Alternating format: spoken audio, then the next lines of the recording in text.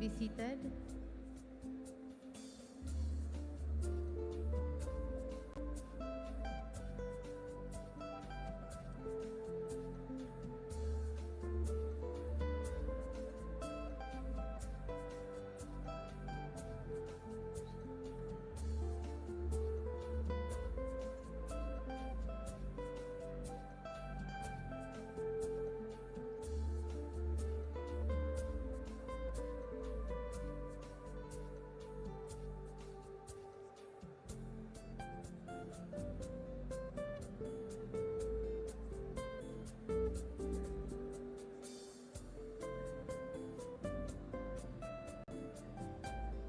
Ladies and gentlemen, let us all welcome the President of the Republic of the Philippines, President Rodrigo Roa Duterte.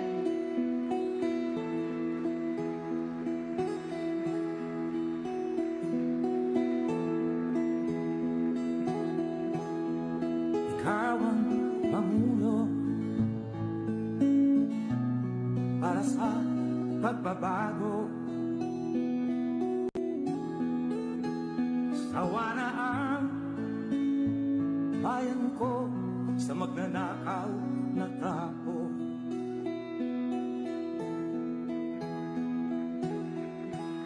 Madilim na kahapon, ikaw ang mag-aahon.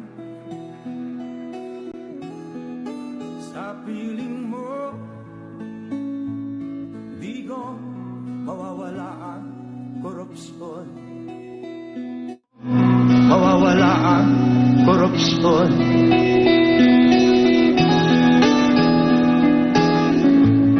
Tayo na, Pilipinas. Thank you so much. Let us all be seated.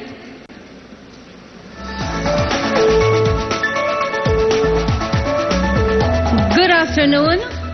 Welcome to the concluding ceremony of the 42nd Philippine Business Conference and Expo. And now to start our program. To give his welcome remarks and President's report, may we call on the President of the Philippine Chamber of Commerce and Industry, Mr. George C. Barcelon.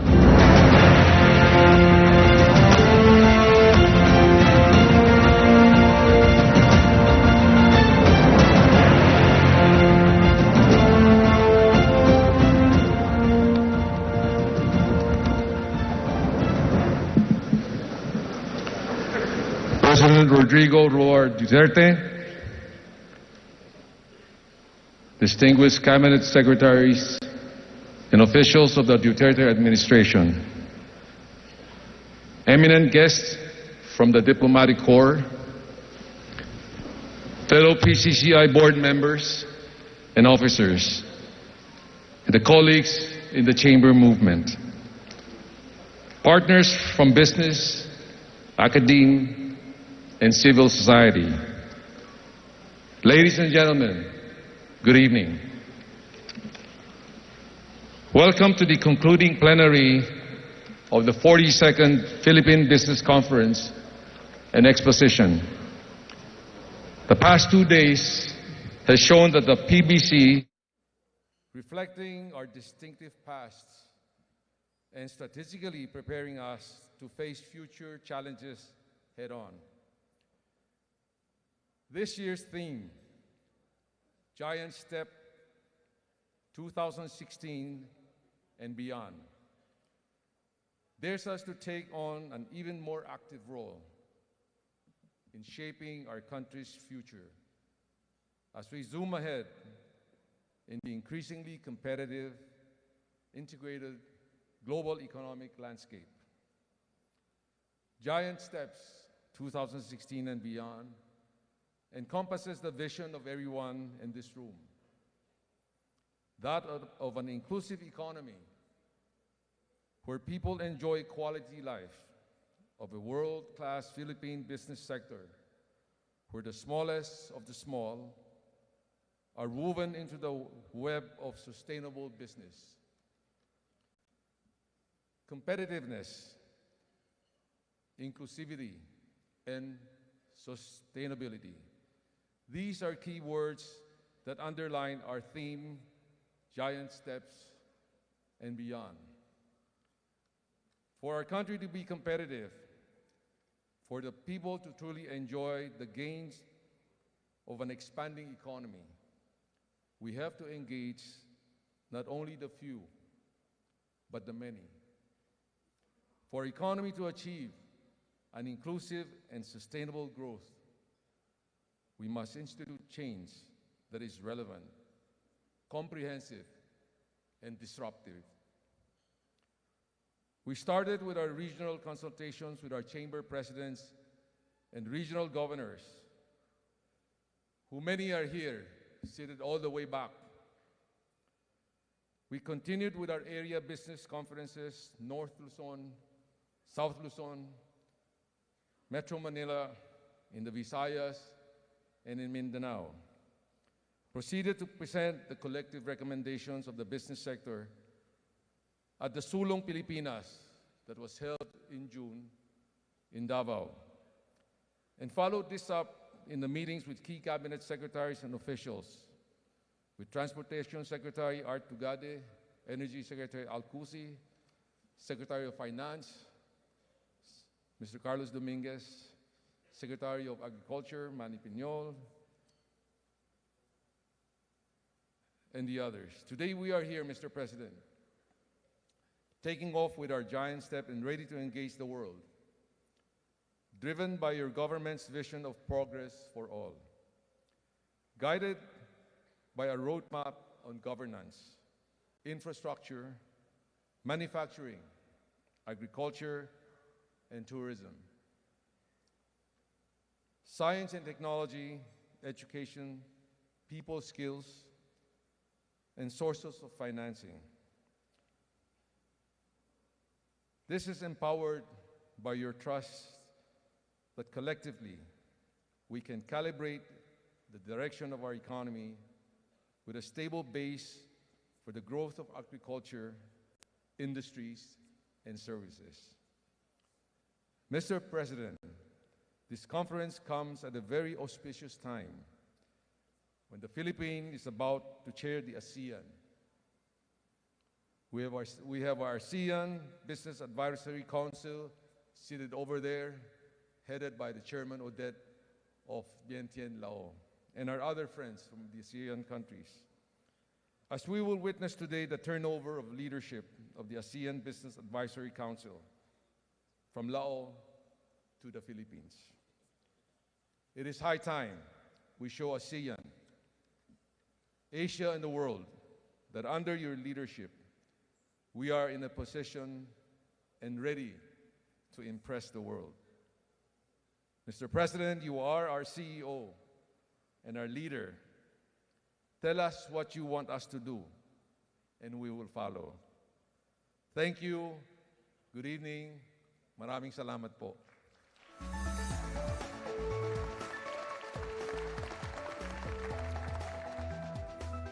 Thank you so much, Mr. Barcelon.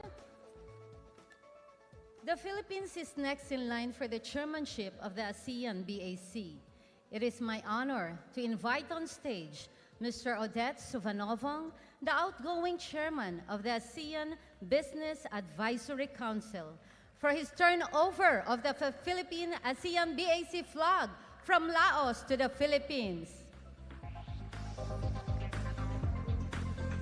May we also call on the incoming chairman, ASEAN BAC Philippines, Mr. Joey Concepcion.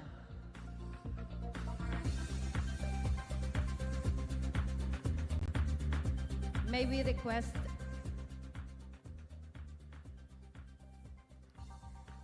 request President Duterte also to witness the turnover?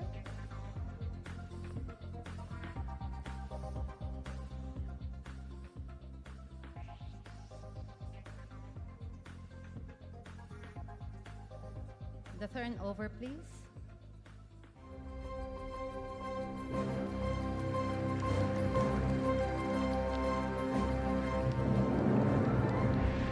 Thank you so much.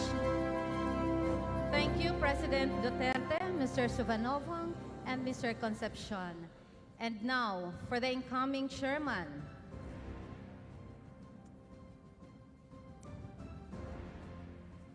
May we call on Mr. Suvanovong for his message.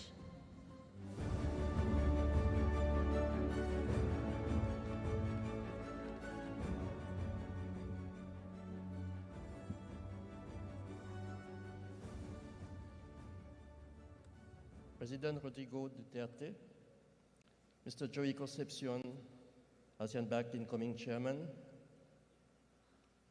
Your Excellencies, ministers, ambassadors, my dear ASEAN-backed council member and business delegates, ladies and gentlemen.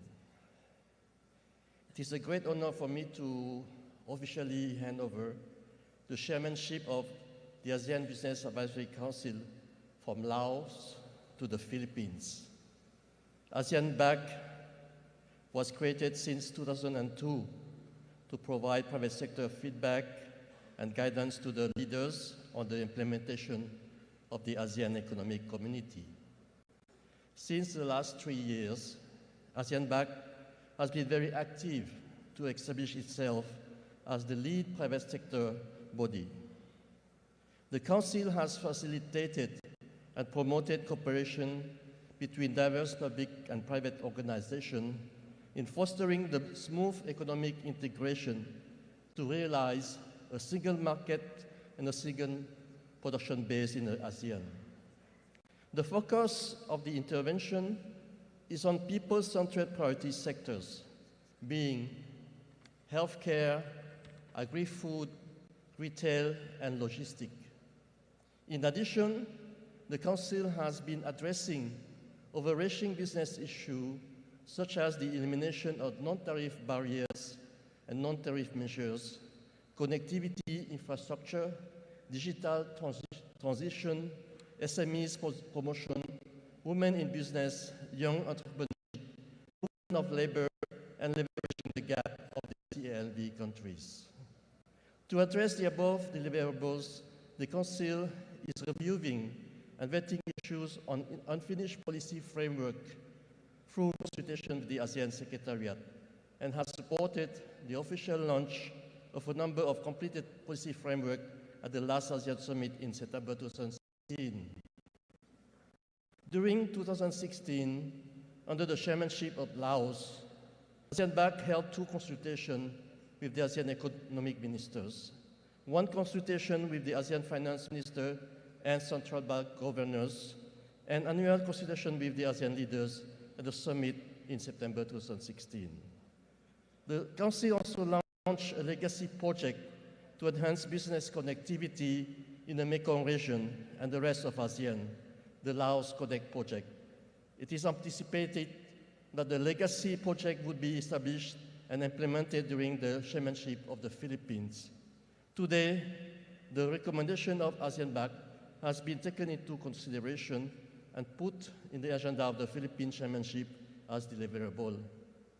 Another remarkable achievement made is the ASEAN Business Investment Summit in 2016, which was leveraged as one of the high-level economic and business conferences in Asia and the Pacific by its content and participation.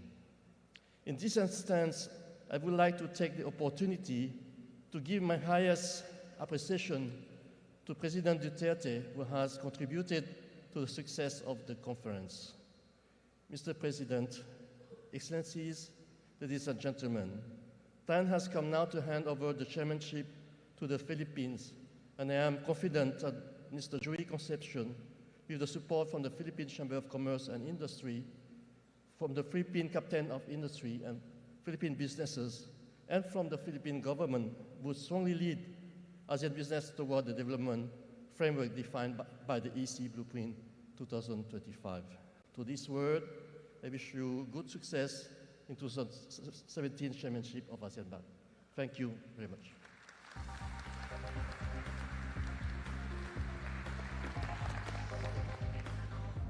Thank you, Mr. Suvanovong. And now, the incoming chairman, ASEAN BAC Philippines, Mr. Joey Concepcion, for his acceptance remarks.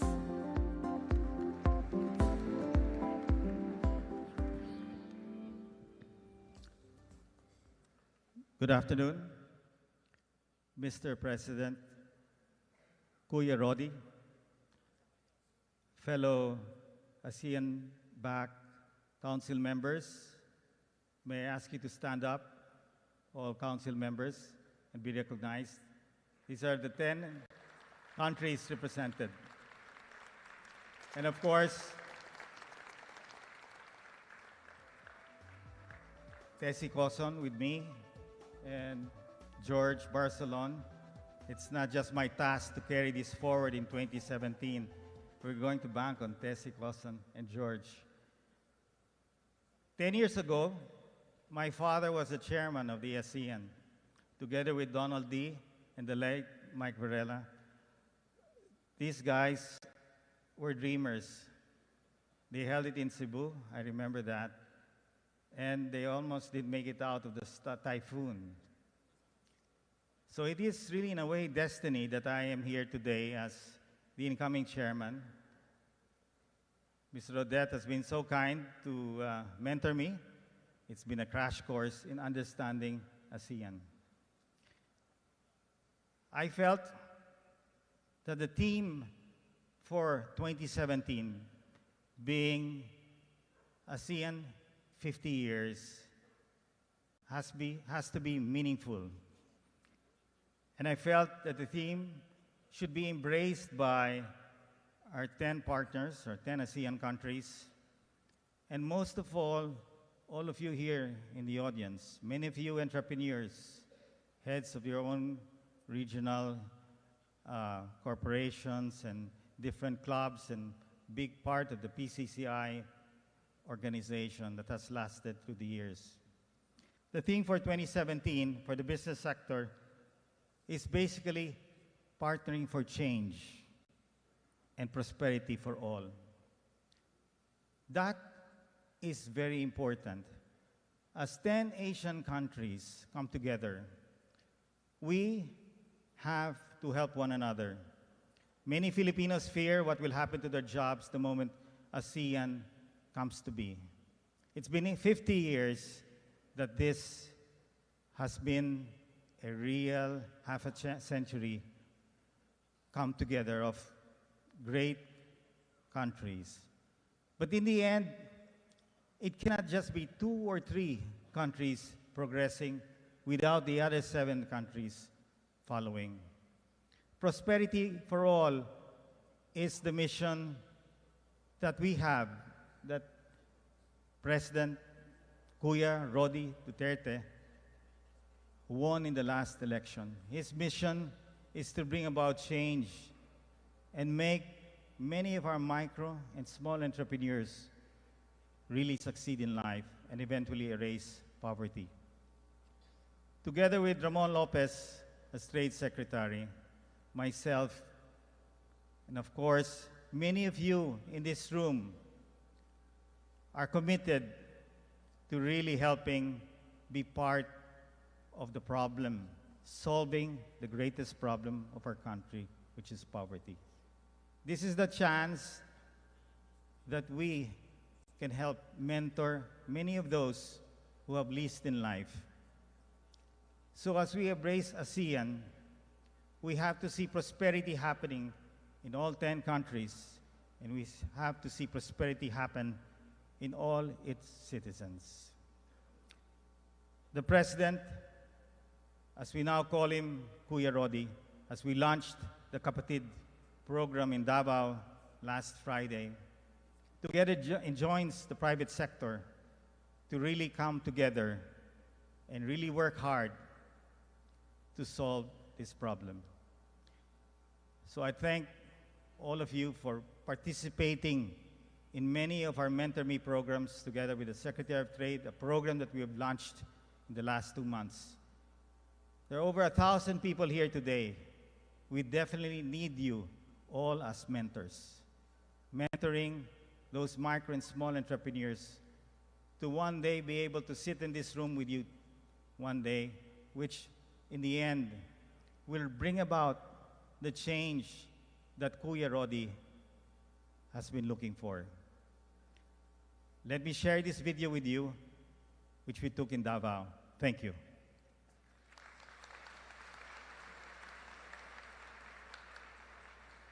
Thank you so much, Apat Mr. yung anak ko. Concepcion. Wala ako nakagraduate. Kailangan ko talaga sila pag-aralin para hindi sila magaya sa akin. Ang negosyo ko po ay nagmamaruya. Mga suki ko sa palengke, everyday nagkakasama kami. Yun ang turing ko sa kanila, ate at saka kuya na. Nag-attend ako ng seminar. Pagtawag sa akin, na-shock ako. Kuya Roddy will be our champion, the big brother of all kapatids. Imelda Basilan, How many years have you been? 15 years. 15. Yeah. Pinakain mo siguro yung imamuya mo. By this time, mayaman ka na dapat. Anak ka magluto sa Daplisdan. You cook, Yeah. delikado man ko. You know, there are people using the streets. But you have to, mangita ka na puglaing pwesto yung anana. If you stick with Maruya, and you are thinking of expansion, 100,000 okay na. Ako ang pinakalaki siguro dito. Small business ragod niya ako at tapos na-choose yun ko niya. Tunay na pagbabago.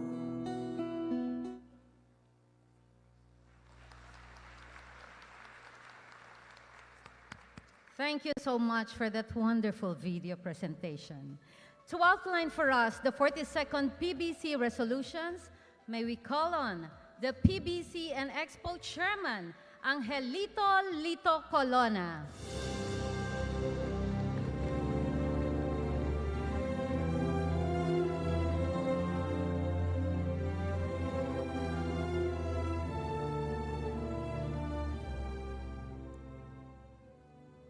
Mr. President, it is my honor to present to you the 42nd Philippine Business Conference resolutions.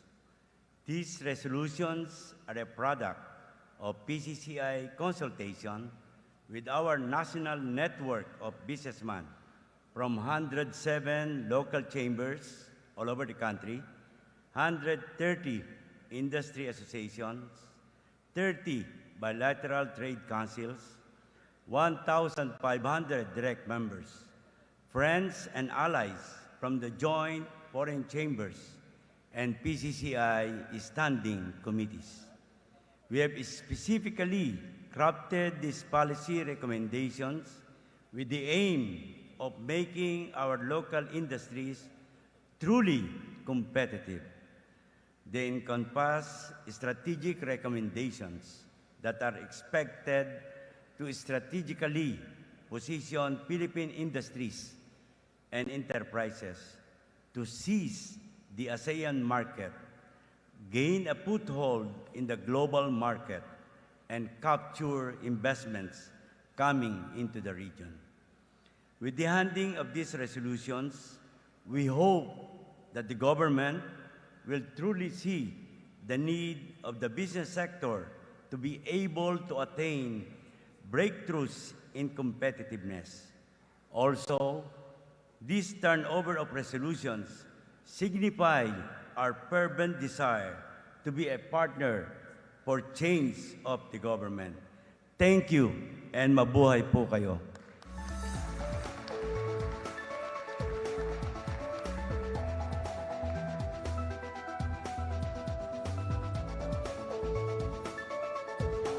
At this point, may we call on the Philippine Business Conference, of course, our Chairman, Angelito Colonna, together with PCCI President George Barcelon and PCCI Chairman Ambassador Benedicto Yuwico, to present to President Rodrigo Roa Duterte the copy of the 42nd PBC resolution.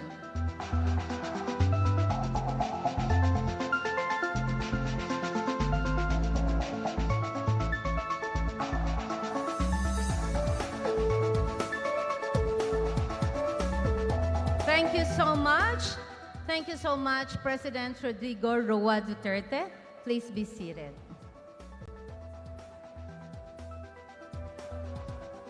Thank you, gentlemen.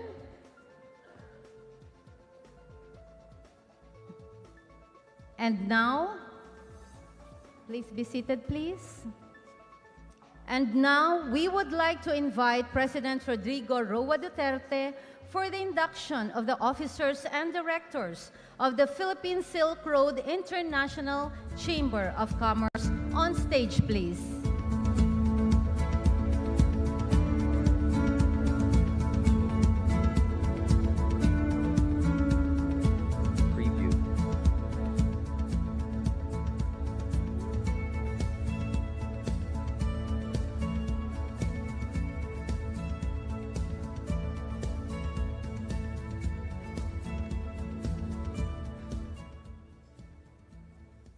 ready, uh, raise your right hands and repeat after me. I state your name. Having been appointed to the position of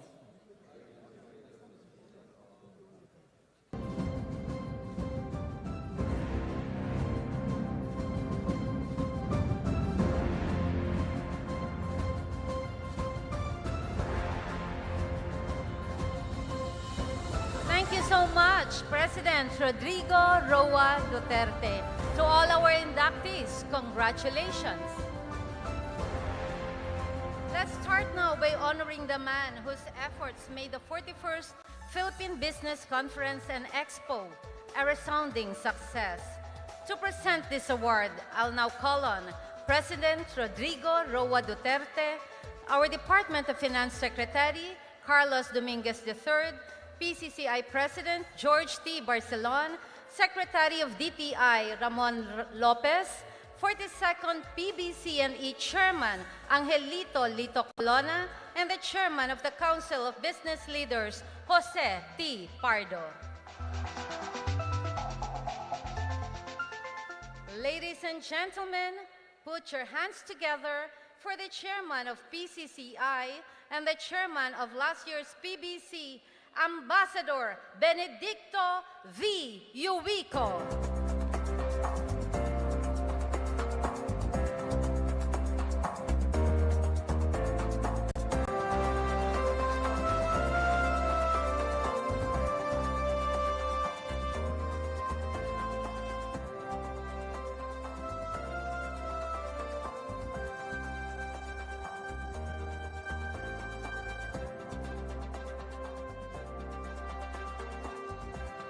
Thank you so much and congratulations, Ambassador Uwico. Thank you so much, Mr. Pardo.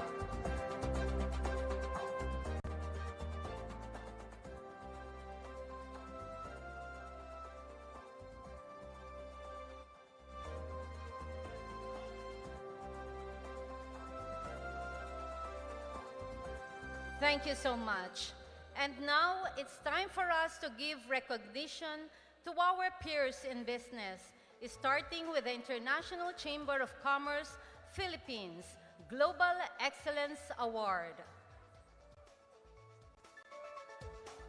For his brief statement on the International Chamber of Commerce Philippines, may I call on the founding chairman of the International Chamber of Commerce Philippines, Dr. Francis Chua.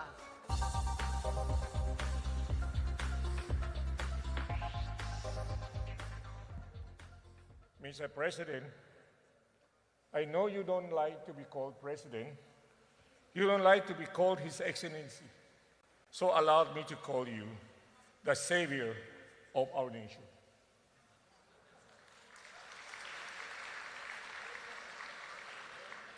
For years, the narco problem was a cancer of our society. The country was disintegrating until you took over the leadership. Now our country is beginning to provide a safer and more secure environment for our people and for the investors. The Philippine Chamber of Commerce and Industry, under the able leadership of our President George Barcelon, believes that now is the time to bring our country to the international map of global business community. Indeed, we have set up the International Chamber of Commerce of the Philippines as our link to international businessmen. The ICCP issues Certificate of Origins. This increases the worldwide awareness of the high-quality Filipino products. We advocate free trade agreement, ensuring that export gain easier access to the global market. We even push for ratification of the Istanbul Convention, where one of the trade facilitation measures, the ATA Carnet, can potentially build the Philippines into becoming an international exhibit center like Hong Kong and Singapore. We are also using the vast networks of International Chamber of Commerce to make businessmen around the world understand that under the leadership of President Duterte, a country is rising from the ashes of a narco state. It is not about the lives lived short. It is about the lives destroyed by the drug menace that we believe our president is doing right. Our president believes in human rights and is protecting the rights of the Filipino people. In so doing, he needs to stop drug addicts who violate the rights of law-abiding citizens. This is the message that the ICC Philippines is bringing to the international business world. In your presence, Mr. President, we are taking this opportunity to bestow awards to outstanding Filipino businessmen whose contribution, proper growth, development, competition. Joining us is Mr. Philip Sukarski of ICC, who flew all the way from Paris to add prestige to this award. We understand that you'll be visiting China next week to bring home more investment in infrastructure projects, business, and tourism opportunities to support your China initiative. President George Barcelon have instructed us to establish the Sea Road Chamber. This is to dovetail the Sea Road initiative of President Xi Jinping of China. The Sea Road Chamber will again explain to businessmen in China and along the Sea Road countries that the president in the country makes sure that this is a country ruled by laws, that our president respects human rights as much as any other world leader, that the criminal or the drug addicts who violated the rights of the majority should be stopped. This is necessary to guarantee the majority's right will be respected and protected. To fight evil, there is always a price to pay. Yes, our president is putting his life, his honor, and his presidency at risk, so he can save our nation from turning into another narco state. For all this, we have to thank you, sir. The Filipinos in a generation to come will always remember you as a savior of the Filipinos. You are the lakilang ama. You are the patriot. Maraming, maraming salamat po.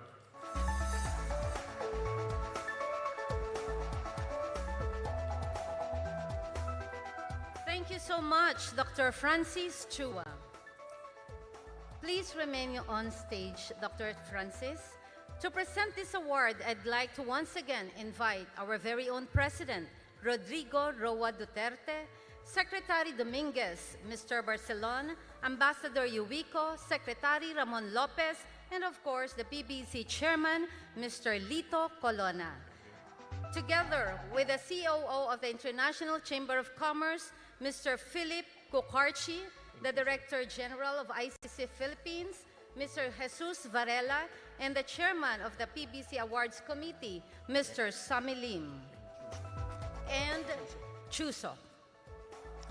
Our first awardee is a visionary business leader whose acumen and foresight saw the emergence of business process outsourcing in the Philippines through the township developments of his real estate company, MegaWorld.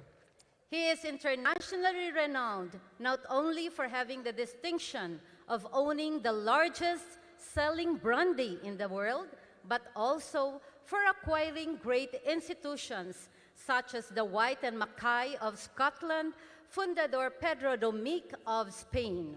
May we call on Put your hands together for the President, Chairman, and CEO of Alliance Global, Dr. Andrew Tan.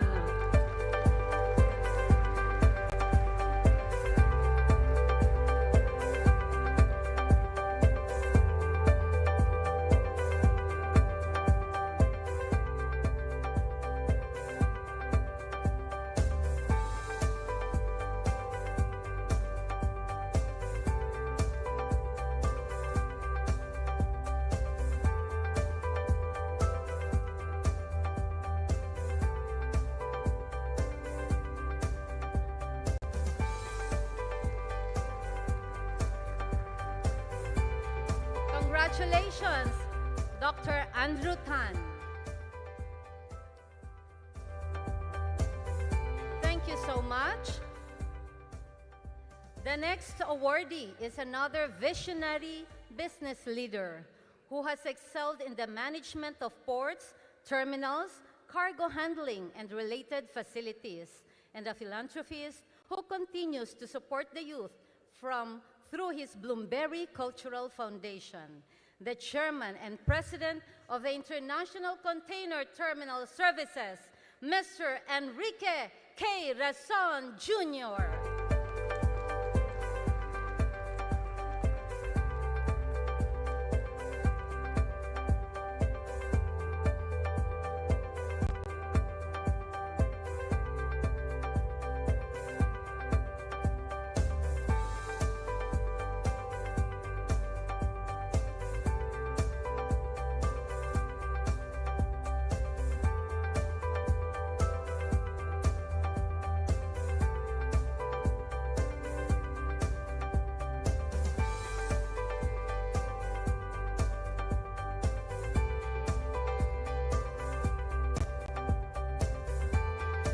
Thank you so much, Mr. Enrique K. Razon Jr.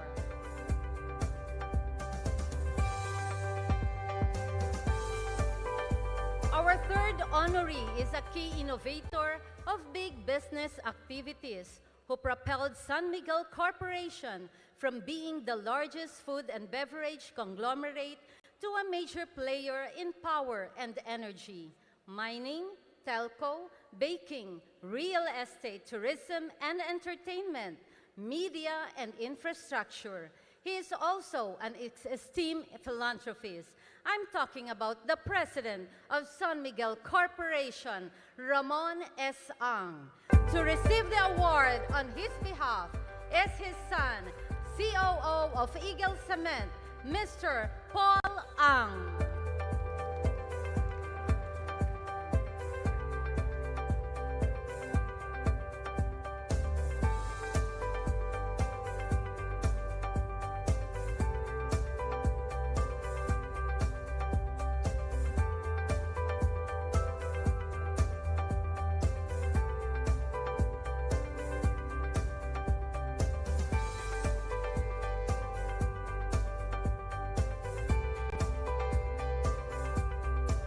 Congratulations and thank you very much, Mr. Paul Ang.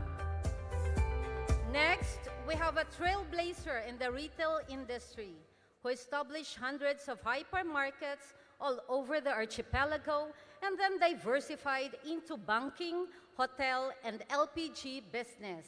He is an ardent advocate of micro and small enterprises, integrating them into the supply chain of his diversified portfolio of services to generate employment and provide livelihood, thereby supporting the government's mandate of inclusive business and sustainable development. Please welcome the chairman of Pure Gold, Mr. Lucio Co.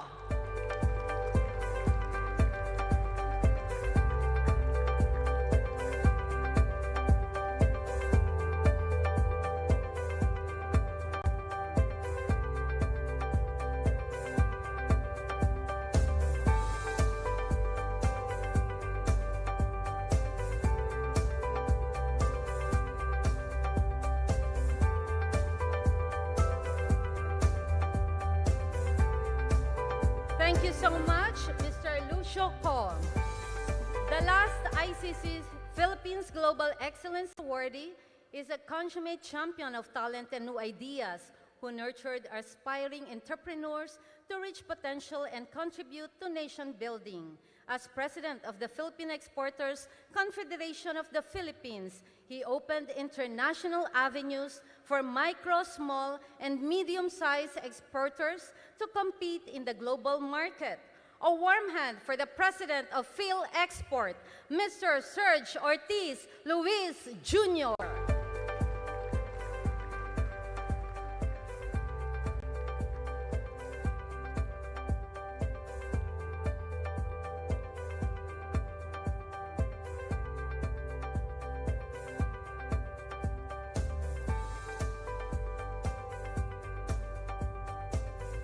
Thank you so much, Mr. Serge Ortiz Jr.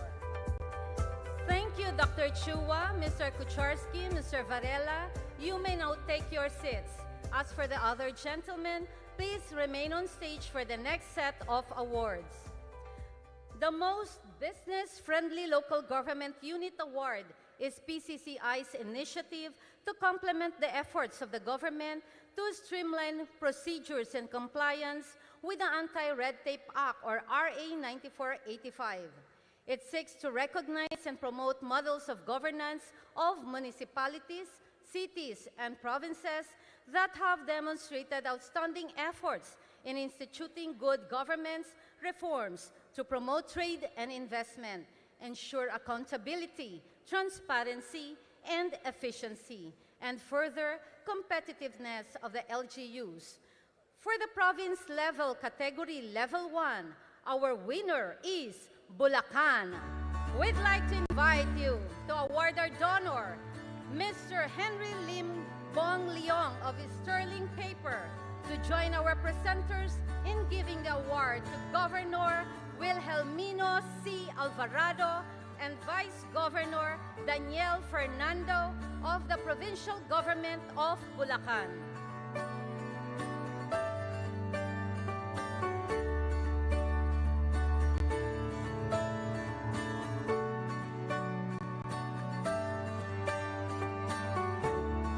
Thank you so much. For the city category level 1, our winner is Quezon City.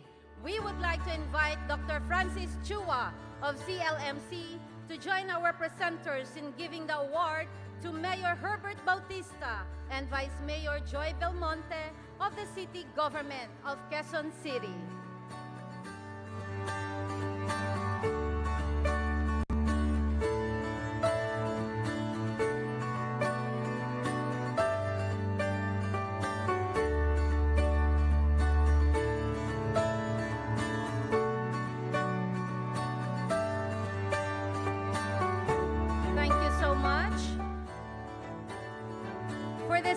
Category Level 2, our winner is San Fernando, Pampanga.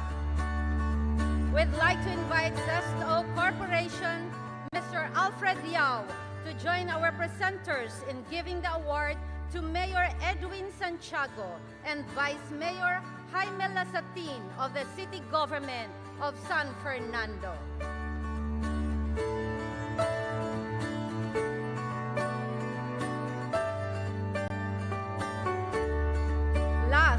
For the city category level 3, our winner is now a Hall of Famer for having won the same award thrice in the last 5 years, Lawag City. We'd like to invite Dr. Alfonso C. of Fortune International Group to join our presenters in giving the award to Mayor Shevelyn Fariñas and Vice Mayor Michael Fariñas of the City Government of Lawag.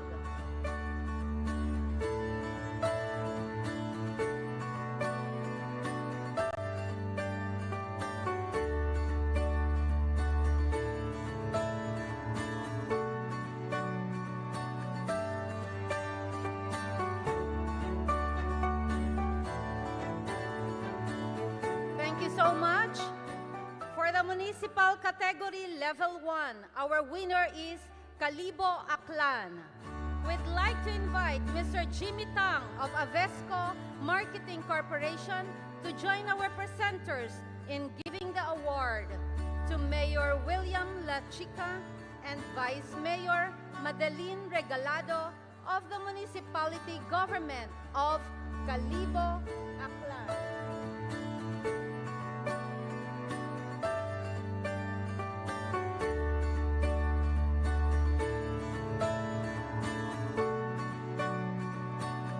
Thank you so much.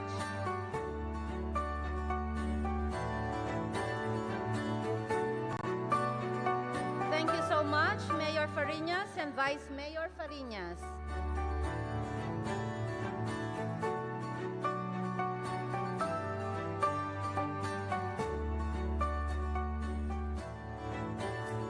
And now, Mayor William Lachica and Vice Mayor Madeline Regalado of the Municipal Government of Calibo, Aklan.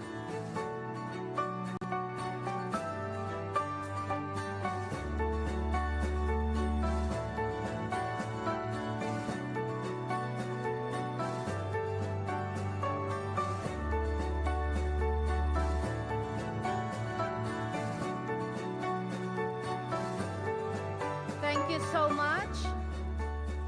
Last, for the municipal category level 2, our winner is Concepcion Iloilo.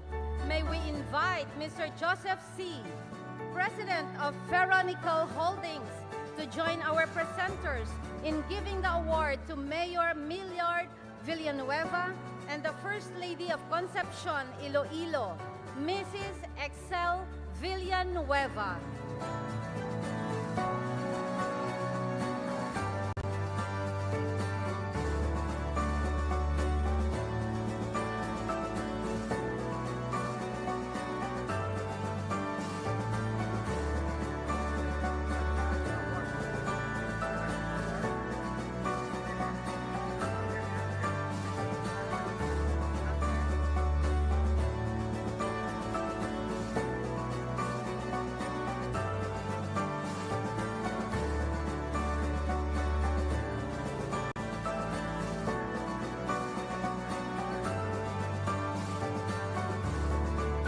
Congratulations!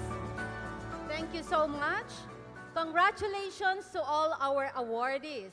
To our presenters, please remain on stage for the last batch of awards, the Most Outstanding Chamber Awards, or MOCA. Here, we recognize a local chamber whose leadership and dynamism contributed to the business growth and development of the community. It serves through its active involvement in advocacy to provide a suitable environment for the growth and expansion of commerce and industry, and implementation of programs, holding of activities, and rendering services for its members to promote trade and investments. For the most outstanding young chamber, province-based, we have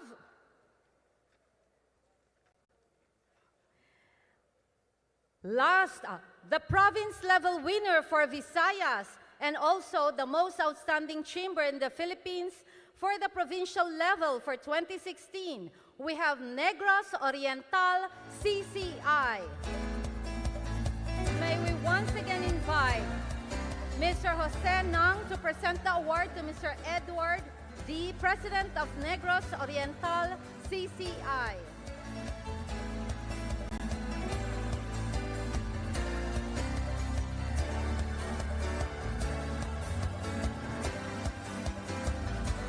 Thank you so much.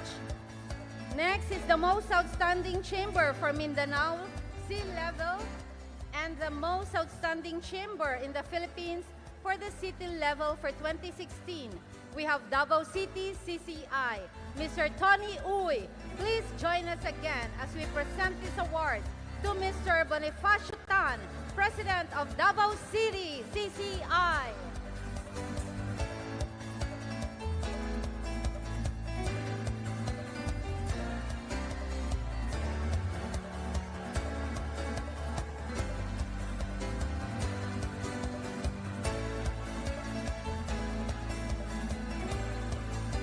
Thank you so much. Next is the most outstanding chamber for National Capital Region. We have PCCI Parañaque, PCCI Vice President for NCR, Mr. Danilo Sanchez, please join us on stage to present the award to PCCI Parañaque President, Ms. Lolita Duria.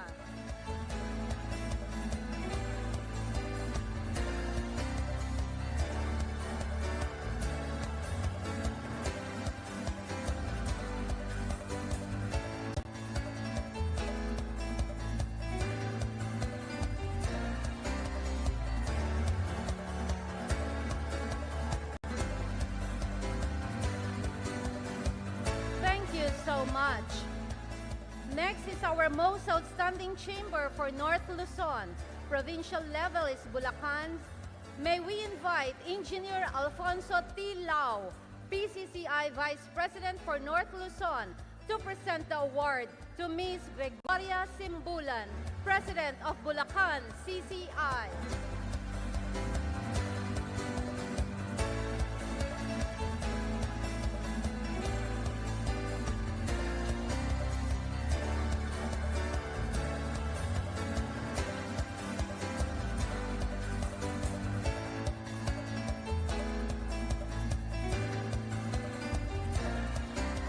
Thank you so much.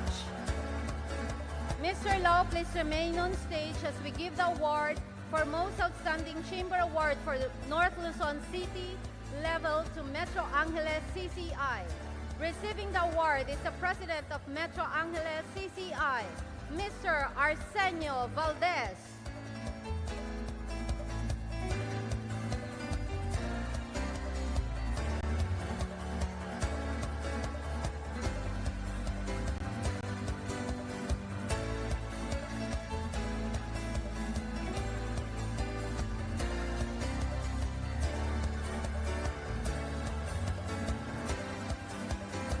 Thank you so much. Next is the Most Outstanding Chamber for Visayas City Level, Mandaue CCI. May we request Mr. Jose Nang, Vice President of PCCI Visayas, to join our presenters on stage in giving the award to Mr. Glenn Anthony Soco, President of Mandaue.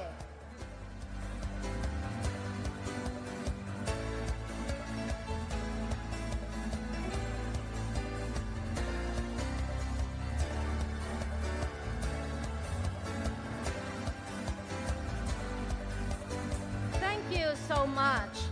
Next is for our outstanding chapters in Mindanao. May we invite once again Mr. Antonio Uy to help us present our next two awards. Let's start with province-based level 1. We have Surigao CCI. Receiving the award is Ms. Concepcion Pacquiao, President of Surigao CCI.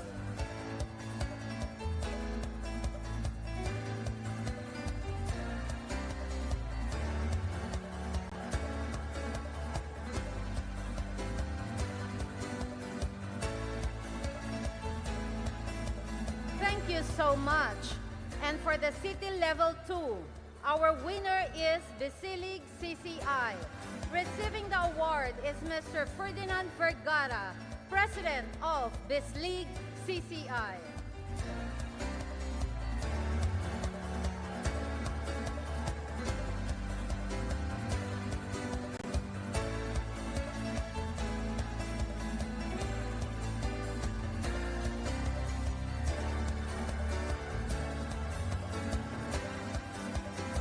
Thank you so much. For the most outstanding young chamber province-based, we have Dinagat Province CCI. To present the award, please join us on stage, Mr. Antonio Uy, PCCI Vice President for Mindanao. And to receive the award, we have Dinagat Province CCI President, Mr. Lionel Rojo.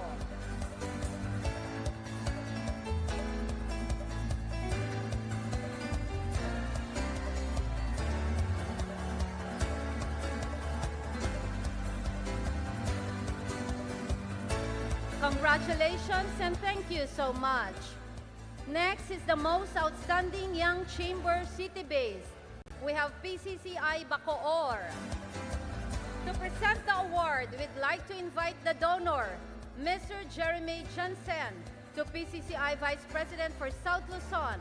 Receiving the award is Ms. Sally Lacson, President of PCCI Bacoor.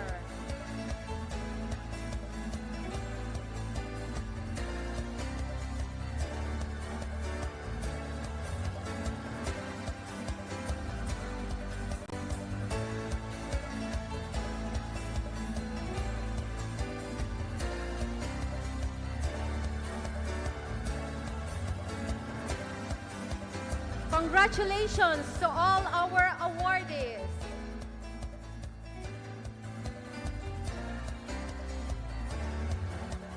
Thank you so much. President Rodrigo Duterte, please have your seat. Gentlemen, please have your seat.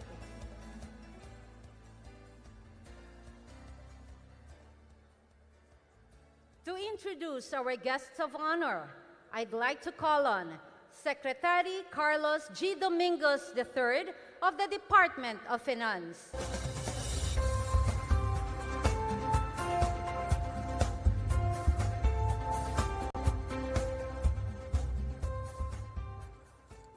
Good evening, ladies and gentlemen. It is my distinct honor to introduce the President of the Republic of the Philippines, President Rodrigo Roa Duterte.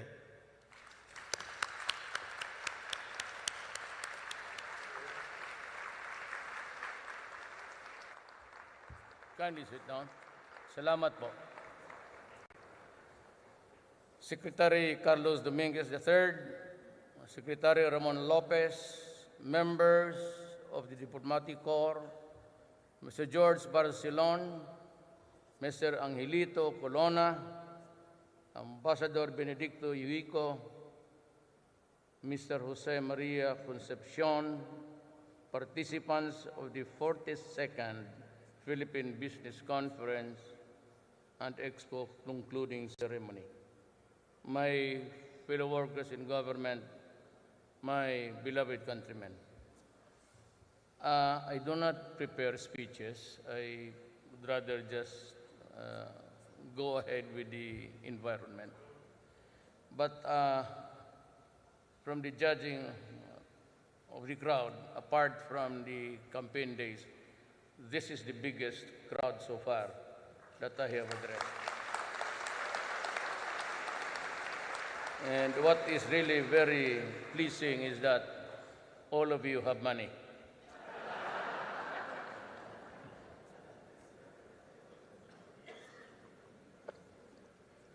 Excuse me. I am not into the big league. I am just an ordinary Filipino residing somewhere in Mindanao. My city is Davao City, in the midst of a not so peaceful island. And we are doing our best really to make it business friendly if we talk about money. Mindanao holds a great promise in agriculture. The problem is it is beset with the remnants of the rebellion of the yesteryears. There's still a great feeling of nationalism amongst the Muslim population. And there is always the hurt over the centuries, the injustice committed against the Moro people. So in terms of money and agriculture, we talked to Mindanao and we are trying our best really to come up with something.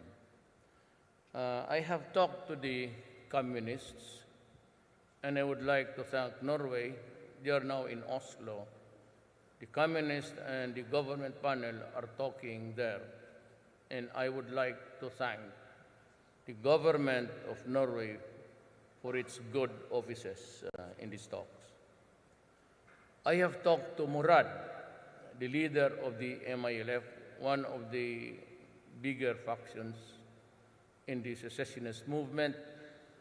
And despite the fact that the last time we were considering the BBL, Murad threatened to go to war if there is no BBL. by the grace of God, we're able to talk to him and said that you might want to postpone the rebellion, the war, because there is still enough time for us to talk about peace. And so with Norm Miswari of the MNLF, practically this is really the picture of what is in Mindanao and the rest of the country. I expect a successful talks with the Communist Party. And that is why the soldiers of the Republic are freed of the war fronts here vis-a-vis with the Communists, the New People's Army. So I was able to move my troops to Mindanao, and that resulted really in a firefight until now, and also the reason why there was that blast in Davao City.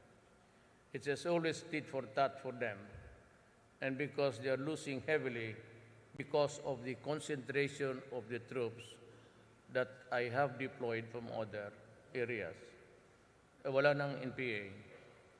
At least there is no fighting right now.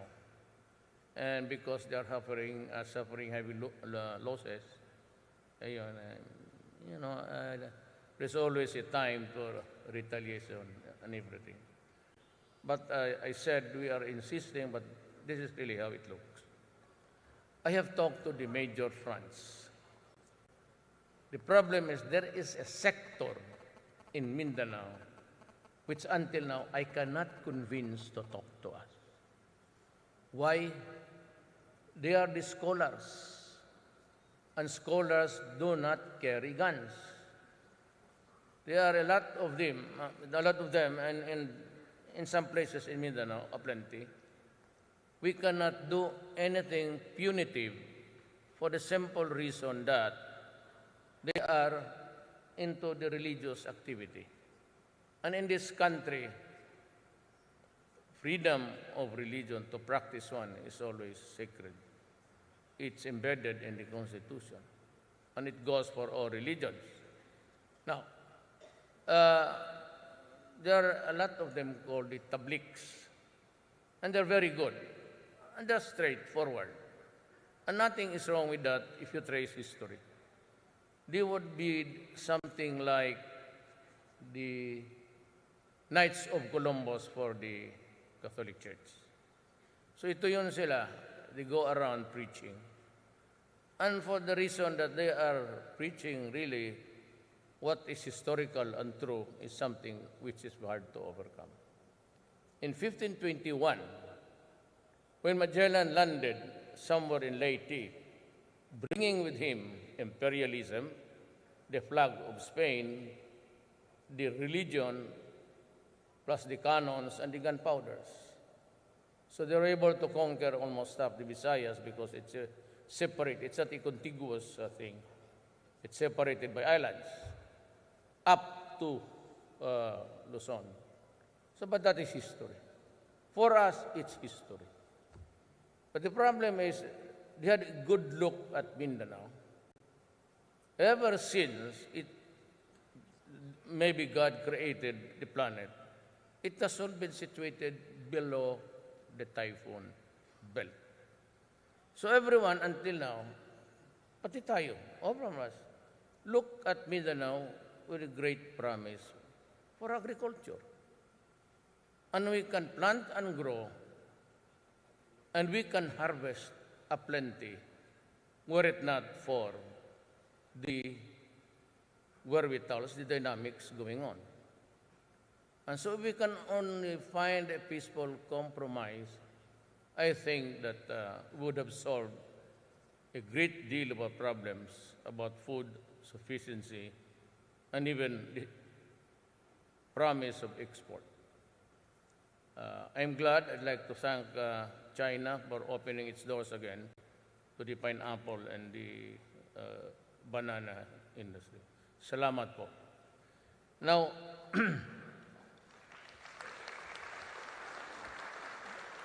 that as a predicate is something which I'd like to begin my simple story.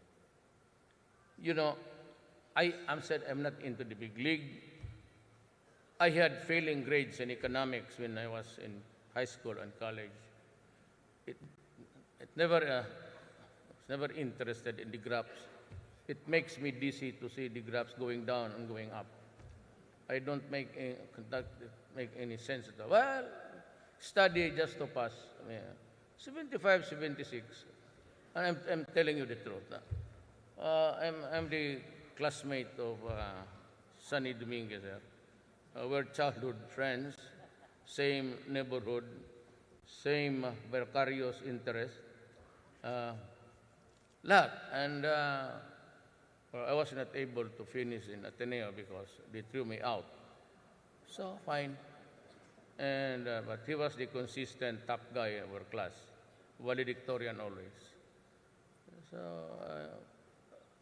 he knows the problem. But I became a lawyer, and for 8 years I was, for a while I practiced law. Then I went on to become a prosecutor, and I was doing trial work in court for about 7 years. I believe in law and order. I hate criminals. Maybe there is one of my years in the court. I hate drugs. I've seen so many lives destroyed and people wallowing in filth of money because of drugs, the drug lords. And I have seen so many cases fall in court because of corruption. Money bought judges, prosecutors, police submitting an alum instead of the tawas, instead of the real McCoy. They look alike. Shabu. And those are the things that I had to endure when I was a lawyer.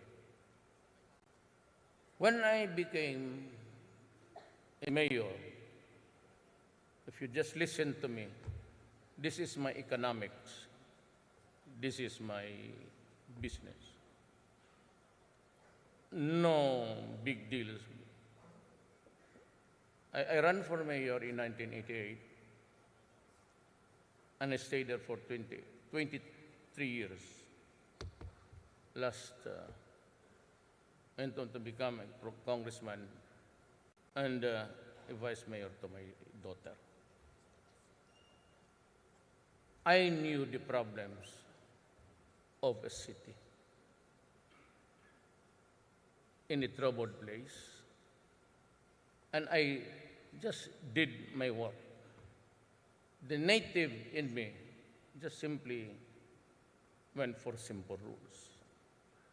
I said in my inaugural speech for the first time in 1988, I said, "You criminals, kidnappers, who gun for hire, whether soldiers or civilians, or whatever animal you are, go out of the city or I will kill you." And I was very specific to those who are into drugs, and you are now destroying a generation of Filipinos. Go out because I will kill you. And that was the rule. I do not have to go into specifics. But I saw my city grow or grew, and I said to the businessmen, and the Davaoenos would tell you this, I am not a business person. I have a limited field. About the only thing that I encountered about business was during the study of law, and it was legal accounting. At hirap ako ng subject na yan because I could not understand why when you spend debit 500, then you put it again, debit 500. there must be something wrong in the system. Why just you just list down your expenses and your income? You don't have to worry about this hula baloo. And so even then, I was not really interested in business. But I was interested more in criminal law because I really wanted to be a lawyer and a criminal law. As a matter of fact, my dream was just to be appointed as a Sandigan Bayan. It's the criminal courts handling the cases of employees in government. Yun lang po. So the business, I said, I will take care of the environment. I told the late Jesus Ayala, she was one of the, who would call me every now and then. Ano sinabi ko ganun lang? I will make the city peaceful. I will make corruption a past in the city. I was the first city to impose a 3-day limit of clearances, whether it is electrical, business, or whatever, 3 days or 72 hours. After that, you explained to me why it took you more than 72 hours to process a simple paper. That was the rule in Davao. Then I said, no corruption.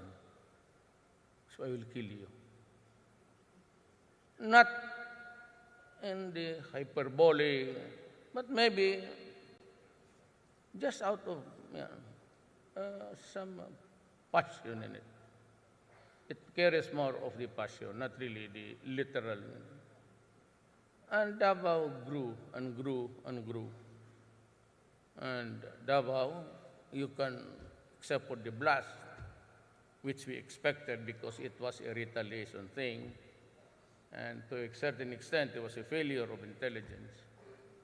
But Davao is now what it is because of the simple rules. I do not like corruption. I gave each department in this government now, in the national, 3 days, 1 month. 1 month. Then all the papers clearances, 3 days. From the presidency, I have yet to formulate the local instructions because local government officials are not under my control, but they are under my supervision according to the Constitution. So I cannot supplant or change the decision, but I can, put them in place by just requiring the many days. Considering the nuances of local governance, maybe I'd place them something like 4, 5 days, 1 week. Tapos na. At dito naman sa national, 1 month. And I said I assembled men who are known to me. The BIR, Billy Dulay, was my companion sa dormitoryo noon, sa YMCA. He was occupying a room and his roommate was Secretary Beliok. They were then students they were studying at Ateneo. Yasay and me were roommates. Yasay was from studying at Padre Faura, but he was missing for quite a time because he is a fugitive. He was a criminal. But during the time of Marcos, he was being hunted, so he was able to escape to somewhere. But we occupied the same room. So there's 4 of us, and plenty others. Now, if I may just go to the side bit. Sabi kasi nila, why is this Duterte? He is appointing lahat ng cabinet. The cabinet members are all always kainuman, drinking partners, and kaibigan, and kakilala. But I'd like to tell you, I do not drink. I do not smoke. I do not womanize. I live a holy life. But I'll drink to that.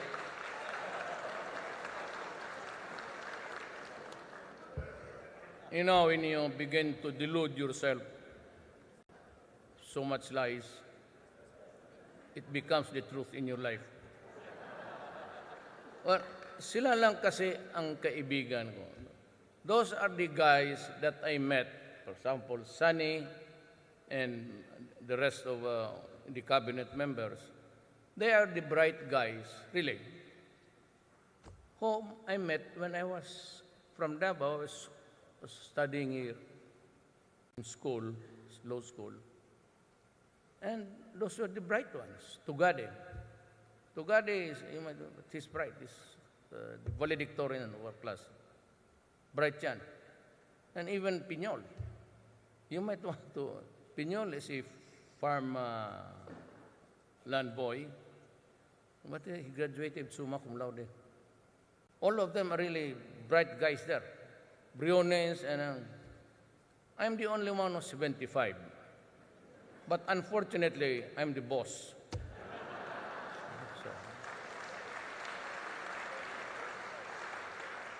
So that's like this. I cannot engage you in so many theories about economics and all. I must be very frank with you. I have a very limited dimension about economics. Though if I could be good if I put myself into it. I mean, if I were to read economic books right now, I just don't have the time. I can improve my dialogue with you, but I do not have the time. And so what I will say is that in this government, there will be no corruption. In this government,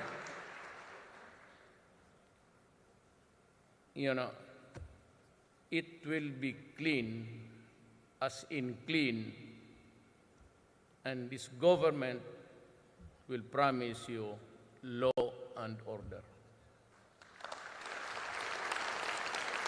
When I launched my candidacy for the presidency,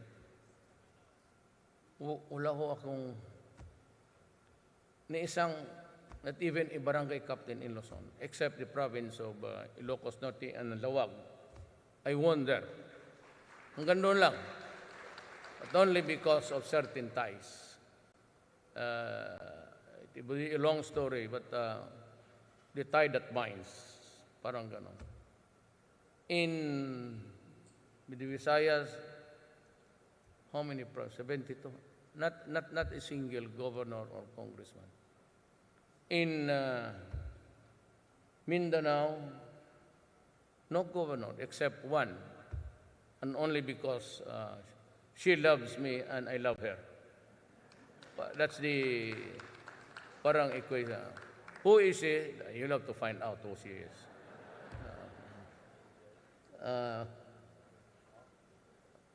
Parang, so wala akong bagahe. I have no baggage no debts to repay. Well, except Sunny Dominguez, I just learned that he mortgaged his hotel, Marco Polo. I hope you recover on time. He's the brightest, he's the richest. That's the irony of life. I am the poorest performer, but I am the president, so make your choice. So yan lang po. No corruption. I want my country peaceful. I want my country like Davao, where you can go around, eat durian at 2, 3 o'clock in the morning and nothing happens. I just want people courteous. Have you noticed, Davao? If I always tell them, I do not want you smirking or snorting. Behave. I have the best police force. There's no checkpoint they're asking for money. I don't allow it. I simply would say, yeah, do what is right. You know what is right, just do it. You know what is wrong, so avoid it. Ganun lang yan eh. For the police, for the military, especially the police. So I fired, when I assumed office, I fired 6 generals. Yun ang hindi naintindihan ng Pilipino. At ng human rights. Remember at the first volley there were many killed. Have you not taken into consideration that there were some military and police officers, generals at that, involved in the trade? Have you not really considered the cleansing, the purging process they had to do to save their necks? And at that time, there was already mention about me because I was very open. When I said, do not destroy my country. I repeated the mantra of the Pope. Alam ninyo, do not do it because I will really kill you. And I said, do not do drugs, lalo na. The succeeding firefights, I must admit, was between the police and the criminals. But it was never the thing of the government at the outset, yung patayan. You wrap around plastics all over the body. Why would the police do that? Why would you waste your time? Well, simply shoot him in the head once and that's it. Well, because that's a form of torture. We do not do it. I will not also allow it. Torture is very odious to me. If you want to kill the guy, fire a single shot. Make your choice, head or heart. And maybe if you still are mad at him, his balls. Then, tama na. Leave it that way. Hindi amin nyo, hindi amin. So, yung succeeding, ang problema, they themselves are also, when you create intrigues, this guy, I would say just raid him, but release him, but tell him that it was this guy who, squealed on him. So you have to you have to be innovative. Let them kill first among themselves.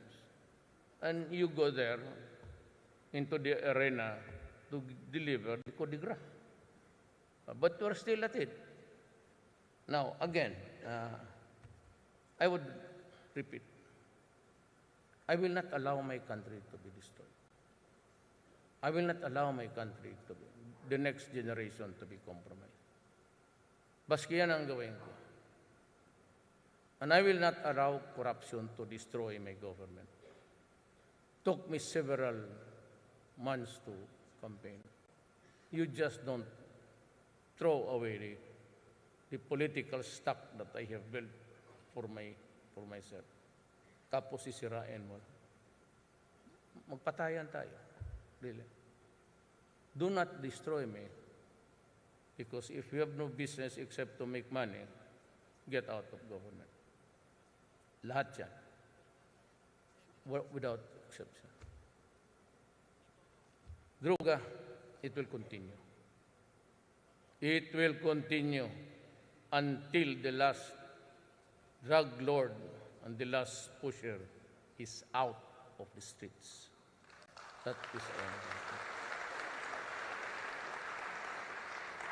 Killings, there will be killings. They choose to fight it out. This is a very simple instruction to the police and the military. Go out and hunt for them, arrest them, announce your authority if there is time. But if there is no time, then you have to ask him to surrender. Because if he does something overt, which you think will kill you as a peace officer, then kill the idiot. No problem with that with me. And that has been the order. And I said that I will kill you if you do drugs in this country. I will do it. And I don't give a shit. I will do it. If you destroy the next generation or compromise their future, I will do it. Period. United Nations, in the boundary of Texas and Mexico, New Mexico, and Mexico itself. In the drug war, 60,000 have already died. Me, I have 4 million drug addicts. When I was in Laos, I asked President Widodo, how many of your countrymen are into it? He estimates about 4 million. Then President Widodo asked me, how about you? I counted only the PDEA findings 2 years ago by General Santiago when he was the head of PDEA. He said to us, I was still mayor, there are now about 3 million addicts in this country. 3 years. And ang akin, my numbers, I ignored the findings and the surrenderies that you saw on TV by the hundreds of thousands. I did not include it in my statement. I said, or maybe 3 million. But after our talk, I was about to sleep, and I was playing the numbers. Indonesia is a very big country. 2 great islands and 1 small, or 3. It has 240 million people in it. Then I was thinking of my country.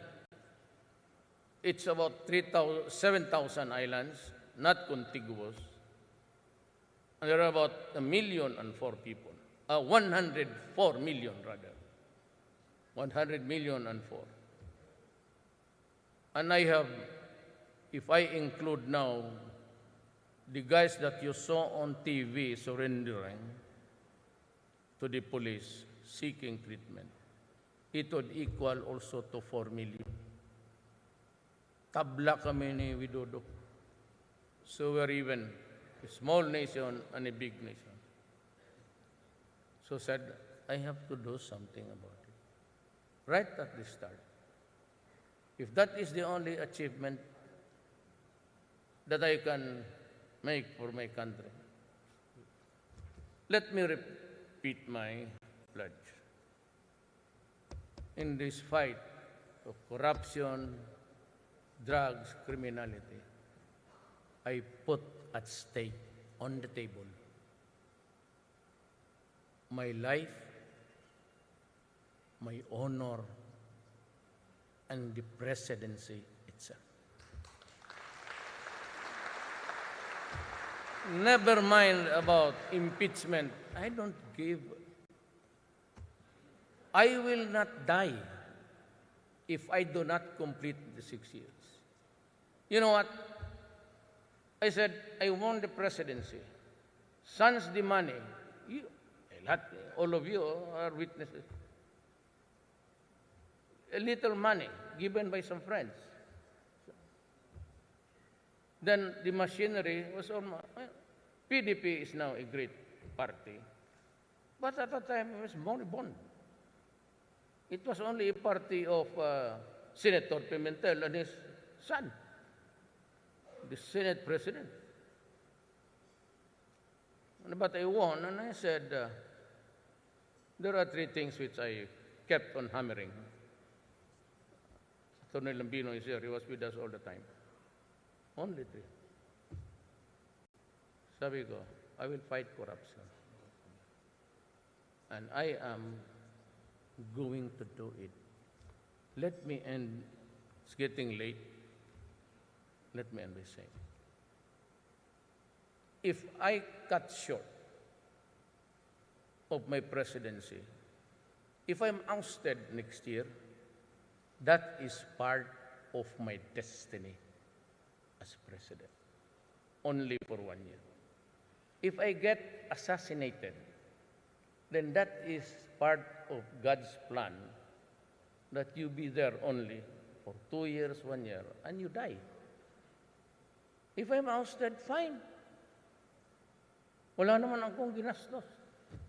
I don't have to worry about the millions of loss. Wala akong pera eh. But I just kept on saying that, well, and in almost all of my campaigns, if you had followed me, I was the only one invoking the name of God. If by God's grace I will win the presidency, I will do this. If God would allow me a life longer, I would do this. I was the only one really. No, I am not into religiosity, but I believe that there is really somebody there. And my presidency was really a destiny. Even you guys, if you talk about it when I leave, alam ninyo, nobody expected me. I was number in the rating, number 3, number 4, number 3, number 4. So, people with so much money never gave me money because I will not win. 3, 4, so I wasted money with this guy. When I was hitting 32, and they stayed there, the numbers stayed steady for 2 weeks.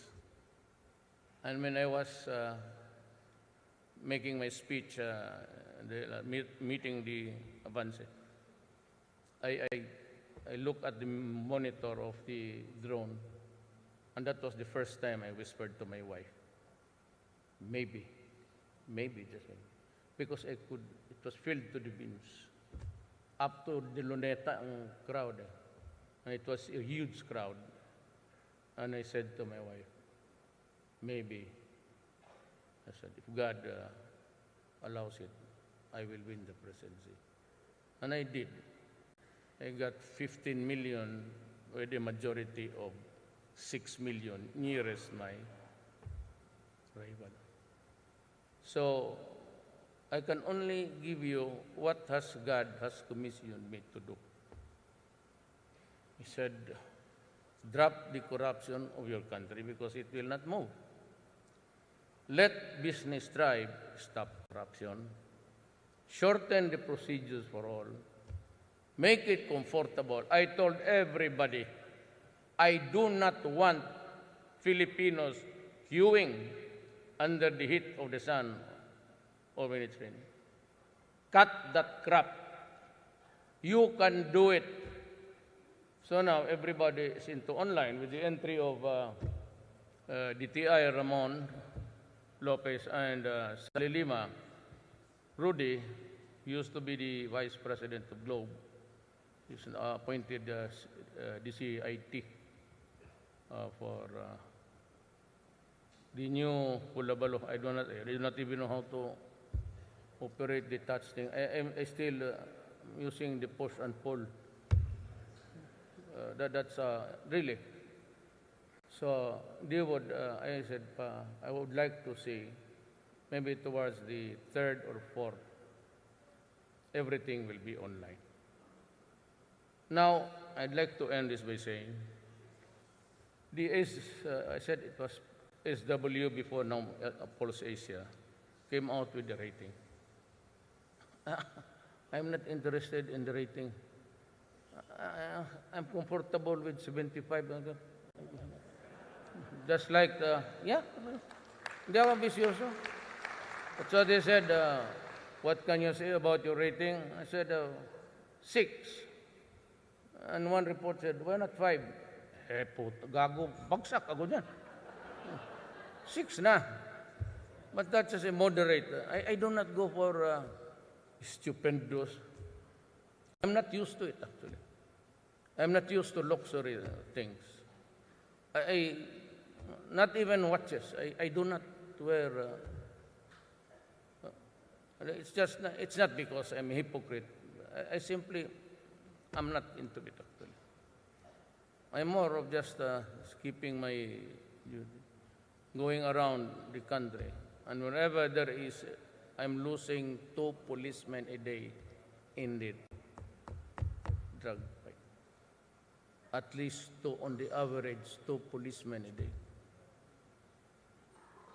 And 1 or 2 military men. I have commissioned them to join the fight. So we will fight. I will not. International Court of Justice. Maybe you guys, if you can also tell your friends. I have criticized them. I'd like to explain why. My mouth. Early on, that thing about extrajudicial killing was really an issue against me, true or not, in Davao City. Because my opponent was the bright guy. He's now sick. I hope he dies immediately. Bakit mo sabihin buhay? So if he's your enemy, I'm dead.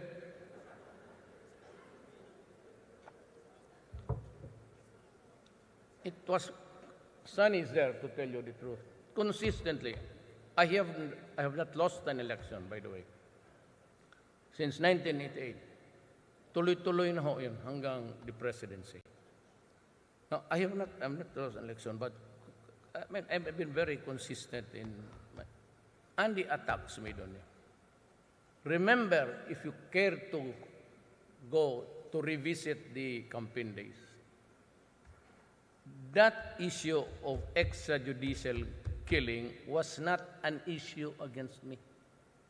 It became an issue and a garbage when some senators, for money, I don't have to mention their names, when I was hitting the ratings very high, then they began to unleash, to jettison that garbage there. So, but it was not really an issue. It was only when I was. So I think now that it was the same issue that was being used now by the NGOs and the country officer maybe of the Human Rights Commission, and a president and a State Department lady and the EU. Ganito yan eh. This is how it developed. They use now election, until now they're using it against me. Some of them may be true, some are not. But I was trying to explain that I said there is no crime at all committed by me when I say I will kill all the criminals. It is not a crime to threaten criminals with death. That's the reason why they would go and say we'd go to war because you are behaving this way.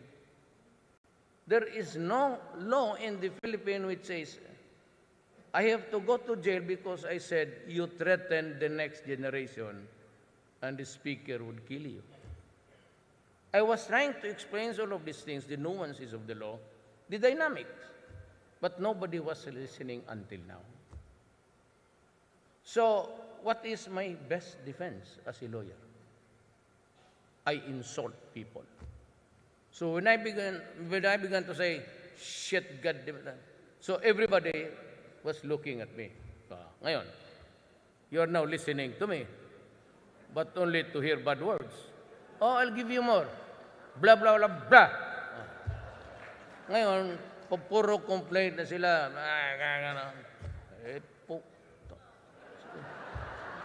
Sinabi ko sa inyo, this is the story.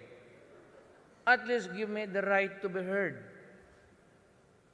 I will magkinig, one by one. And besides,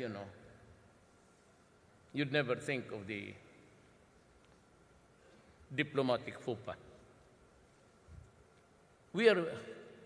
This country is a member of the United Nations. I represent the sovereign authority. When I was mayor, you can attack me on the side. So I'm only just a mayor.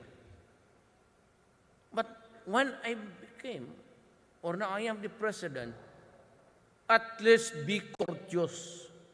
If you have a gripe or complaint against the Philippines, or personally sa akin, go to the United Nations, ventilate your gripe or your grievance, then ask for a motion that it be sent to the proper organ or agency under the United Nations. WTO, WHO, human rights, and all, UNICEF.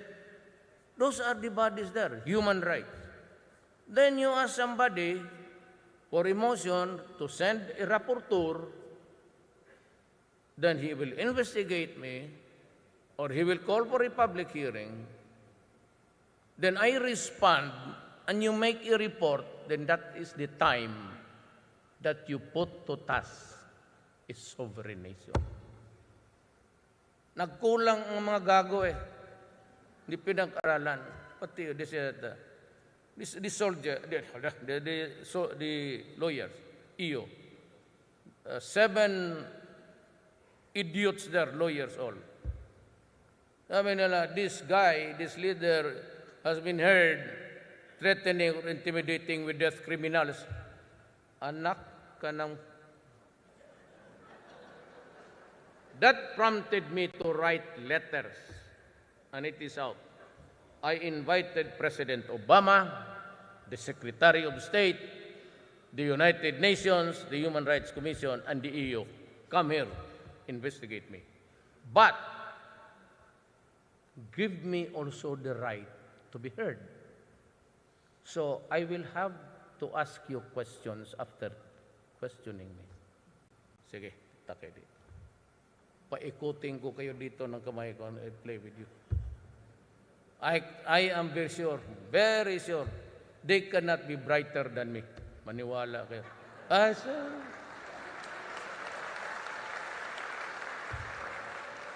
Paikutin kita. You know, I said, I've been a trial lawyer for 8 years. I will allow RPTV open to the public. After the news of the day, you can text. If you do not want to include your name, fine. Lagay mo lang. Bureau of Customs, example only. Bureau of Customs, Mr. Martin Santos asking for money. Right, so that the entire people of the Philippines will see it every morning. So I can assure you. I will call him immediately, explain. But I will also give him the right to answer. That's in keeping with fair play. He can answer with this text. But you can, anybody of you, pag may maghingi, even the clerk, even the security guard, text mo lang. Sabi mo lang, Mayor, dyan sa custom ka, no, may naghingi. Then I will. I have prepared a special bullet for him. And a special rifle. One that cannot penetrate all throughout. Yung ano lang. Enough for him to suffer. Barilin natin ang mga... Salamat po.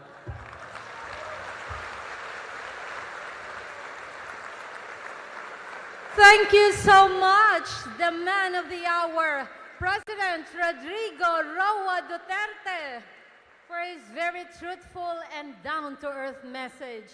Everybody can relate. Alam natin yan.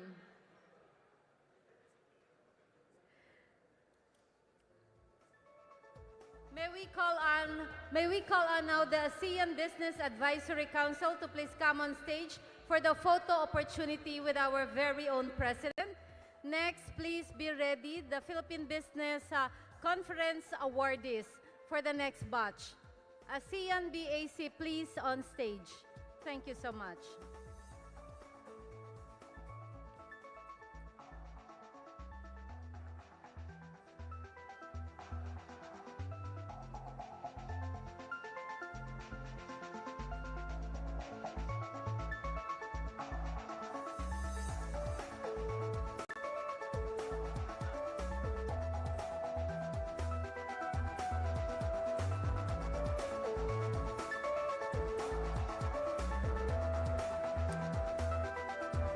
You can now click your cameras.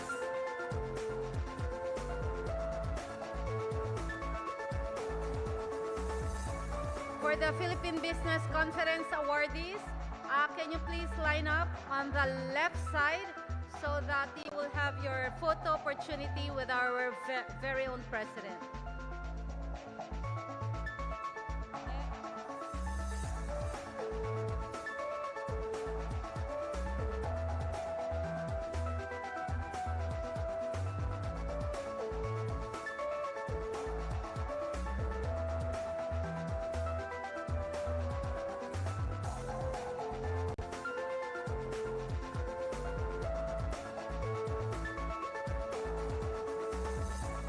the ASEAN Business Advisory Council for the photo opportunity with the President.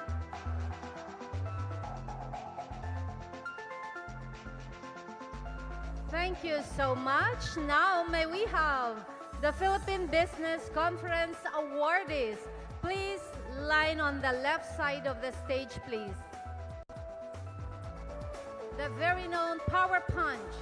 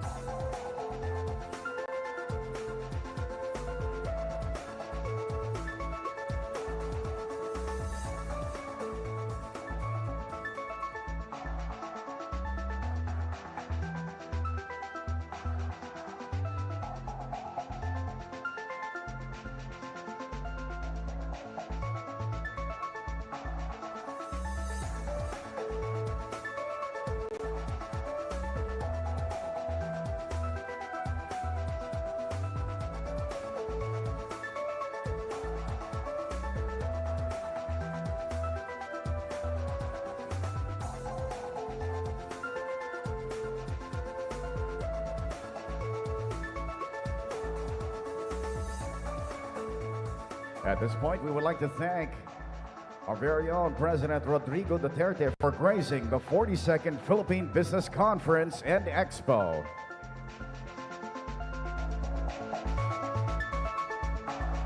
We would like to request all our guests who are on stage right now to kindly please go back to your seats.